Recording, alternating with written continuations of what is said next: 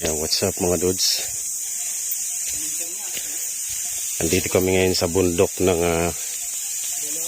ng aming kasagingan sa Bilaan. Puso. Siyempre masarap yung gulay eh.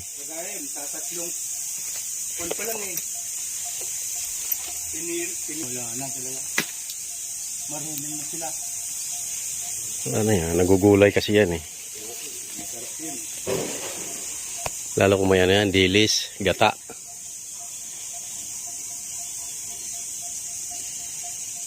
Puro na lang bunga. Ang natira. Puro na bunga. Uy, lalaki ng bunga ng abogado nila.